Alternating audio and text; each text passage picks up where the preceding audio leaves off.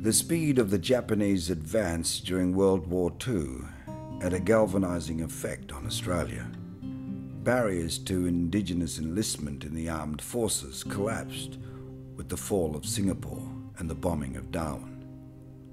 Only a stone's throws from the desperate fighting in New Guinea, the Torres Strait was critically important to our defences, and the first army units, comprised predominantly of Indigenous Australians, were manned by Torres Strait Islander volunteers.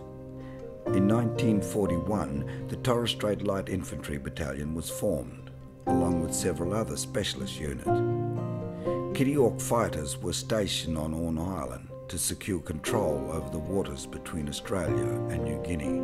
The Torres Strait Coastal Artillery Unit was created to protect the airbase and to defend the strait from naval attack. One of the tactics enabling the Japanese forces to outflank Australian and British troops as they moved down through Malaya had been the use of small boats in coastal waters. 100 pearling luggers were pressed into service by the Army, and the 14th Australian Water Transport Company was formed to deploy the islanders' intimate knowledge of the local waters and their great skill as seamen.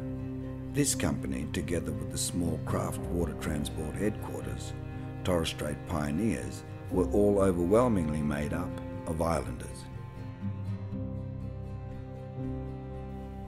The Torres Strait Light Infantry Battalion and these specialist units received 1/3 of the pay of other Australian soldiers. The islanders mutinied, and their pay was increased to 2/3. Their NCOs had no authority over white soldiers.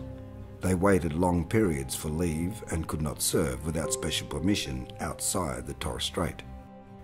Being restricted to this remote tip of Australia, their service to our country went largely unnoticed and unrecognised.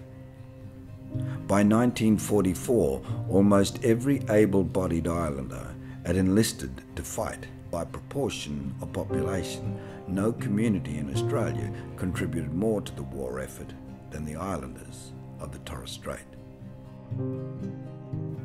Fathers, brothers and sons served together to protect their families, their islands, and our country.